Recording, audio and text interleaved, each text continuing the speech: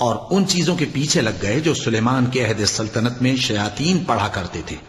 اور سلیمان نے مطلق کفر کی بات نہیں کی، بلکہ شیطان ہی کفر کرتے تھے کہ لوگوں کو جادو سکھاتے تھے۔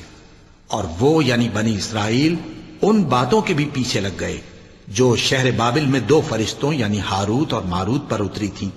اور وہ دونوں کسی کو کچھ نہیں سکھاتے تھے جب تک یہ نہ کہہ دیتے کہ ہم تو ذریعہ آزمائش ہیں،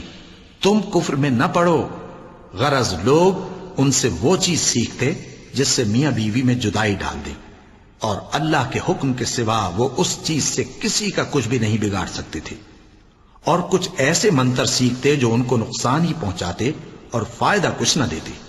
اور وہ جانتے تھے کہ جو شخص ایسی چیزوں یعنی سحر اور منتر وغیرہ کا خریدار ہوگا اس کا آخرت میں کچھ حصہ نہیں،